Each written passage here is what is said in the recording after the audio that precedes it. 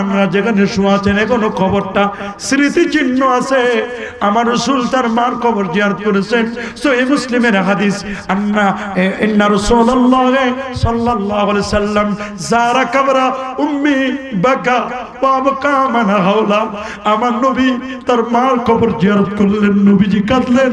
আমার নবীর সাথে যত সাহাবী ছিল অঝর নয়নে তারা কাঁদতে লাগলেন। আমরা কি আমাদের মা বাবার কবর জিয়ারত করতে পারি না? পারি। আমরা মা বাবার কবর জিয়ারত করব? করব কি করব না? কবরের কাছে গেলে বলে কবর পূজা হয় না রে বাবা, কবর পূজা নয়, কবর হবে জিয়ারত। কবর হবে, আরো জোরে বলেন, কবর হবে জিয়ারত, কবর পূজা নয়।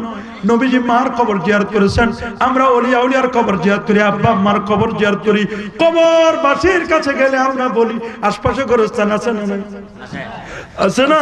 কবরবাসীর কাছে গেলে আমরা বলি আসসালামু আলাইকুম ইয়া আহলাল কুবুর, হে কবরবাসী তোমাদের প্রতি শান্তি বর্ষিত হোক। আনতুম লানা সালাফুন, তোমরা আমাদের আগে চলে গেছো। নাহনু লাকুম তাবাউন, আমরা তোমাদের পিছনে। ওরে বাবা, নীলকুঠি বাস স্ট্যান্ড থেকে গাড়ি ছেড়ে যায়, একটা গাড়ি সামনে যায়, পরের গাড়িটা একটু পরে যায়, 5-10 মিনিট পরে, একটা আগে আর একটা পরে। কবরবাসীর কাছে বলে আসি, তোমরা আগে গিয়েছো, আমরা পরের গাড়িতে আসতেছি। স্টেশন একটা, সেটা হলো গোরস্থান। কুই আগে রওয়ানা হয়, কুই পিছে রওয়ানা, কেউ আগে রওনা আর কেউ পিছে রওয়ানা। গোরস্থানে সালাম দিলে যদি আপনার মা আপনার বাবা যদি শুনে, ওলি আল্লাহরা যদি শুনে, সাহাবায়ে কেরাম যদি শুনে, আমার নবীও শুনে, নবী হায়াতুন, নবী জিন্দা নবী, এই জমিনকে আমার আল্লাহ নোটিশ করে দিয়েছেন, ইন্নাল্লাহ হারামা আলাল আরদি আন তাকুলা আজসাদাল আম্বিয়া, কোন নবীর অস্থি মজ্জা চুল পরিমাণ বস্তু ভক্ষণ করা এই জমিনের উপর আমার আল্লাহ হারাম করে দিয়েছে। আনা হায়ান ফি কবরি, নবী বলে আমি কবর জিন্দা থাকবো। শুধু আমি নই রে, সমস্ত নবীগণ কবর শরীফে জিন্দা, আল্লাহর পক্ষ থেকে রিজিক প্রাপ্ত। ইমাম আহমদ বিন হাম্বল বলেন, যুবক কোন দোয়াটা এখনো কবুল হয় নাই, আমার একটু আয় বলে দে। রে যুবক, আমি মুসাফির বয়োবৃদ্ধ মানুষ, আমি তোমার জন্য দোয়া করে দেব। আল্লাহ যেন তোমার কোন দোয়া যেন বিফলে না দেয়, প্রত্যেকটা দোয়া যেন কবুল হয়। যেহেতু একটা দোয়া কবুল হয় নাই, ওইটাও যেন আল্লাহ কবুল করে। আয়, এটা আমি তোমার জন্য দোয়া করে দিই। আল্লাহু আকবার। যুবক বলে, খাব্বাস রুটিওয়ালা বেকারিওয়ালা বলে, মুসাফির ভাই, আমি জীবনের সব দোয়া আমার আল্লাহ কবুল করেছেন, যত দোয়া করেছি, একটা দোয়া কবুল হয় নাই। সেটা হলো আমি আল্লাহর কাছে বলেছি, ওগো আল্লাহ, আমি শুনেছি বাগদাদের জমিনে নাকি একজন বড় ইমাম আছে, তার নাম নাকি আহমদ ইবনে হাম্বল। শুনেছি 99 বার তিনি স্বপ্নে আল্লাহরে দেখেছেন।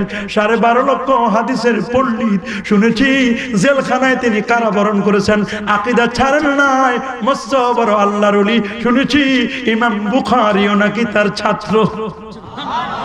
এরকম একজন আল্লাহর ওলির সাথে আমি দেখা না করে যেন আমার মৃত্যু না হয়, আমি আল্লাহর কাছে দোয়া করেছি। আপনিও দোয়া করেন, আল্লাহ যেন ইমাম আহমদ বিন হাম্বলের সাথে দেখা না করে আমার যেন মৃত্যু যেন না হয়।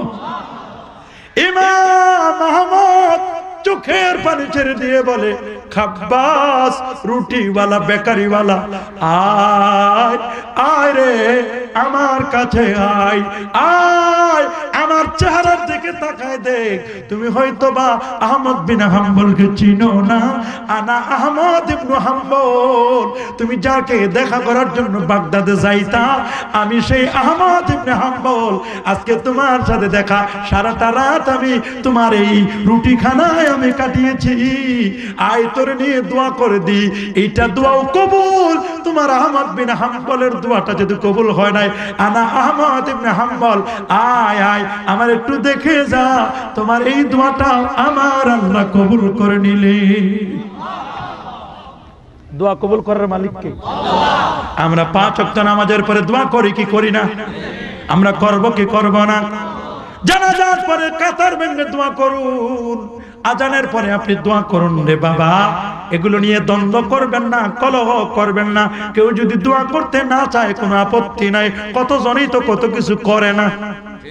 অনেকে ডায়াবেটিক্সের রোগী চিনি খায় না, না খাও তার মানে কি চিনি বন্ধ? না না না।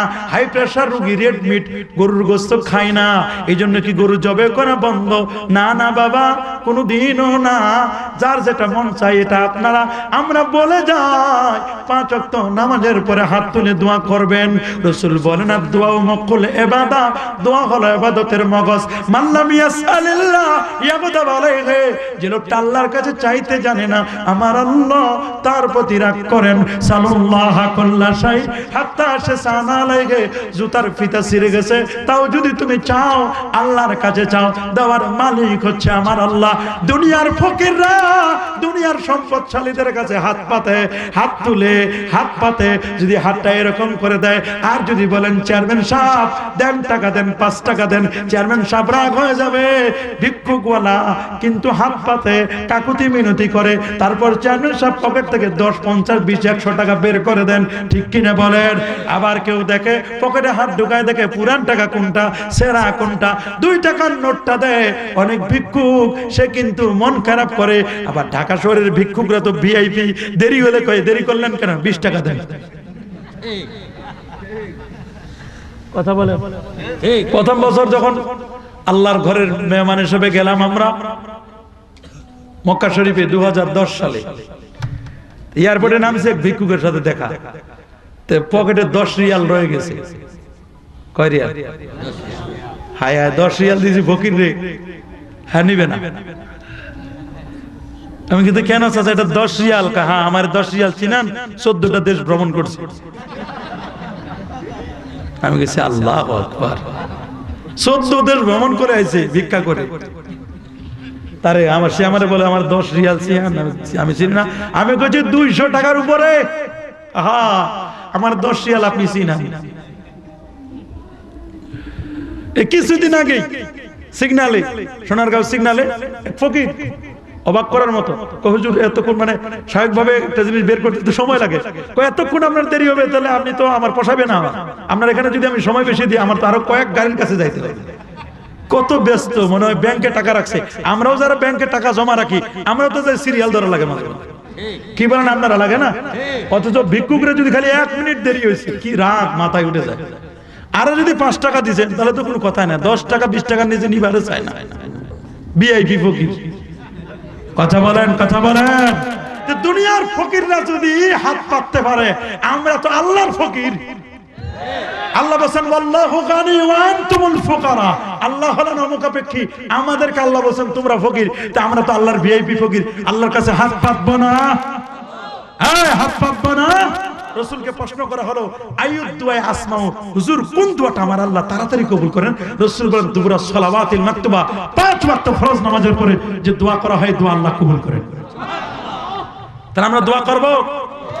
ইমাম মালিক শত শত আলেম ওলামা ইমাম মালিকের কাছে গেছেন, হাতটা ছুটে না, হাতটা ছুটে না। মরা মানুষের সাথে মহিলার হাত লেগে আছে। আমাদের বিশ্বাস ইমাম মালিক আপনি বলতে পারবেন এমন কি আমল করলে জীবন্ত মানুষের হাতটা মরা মানুষের লজ্জাস্থান থেকে ছুটে আসবে? সুবহানাল্লাহ। ইমাম মালিক চক্ষু বন্ধ করলেন। আমরাও তো চক্ষু বন্ধ করি, চক্ষু বন্ধ করলে কিছুই দেখি না। আর আল্লাহর ওলিরা চক্ষু বন্ধ করলে অনেক দূর দেখে। কথা বলেন ঠিক না? দেখে না?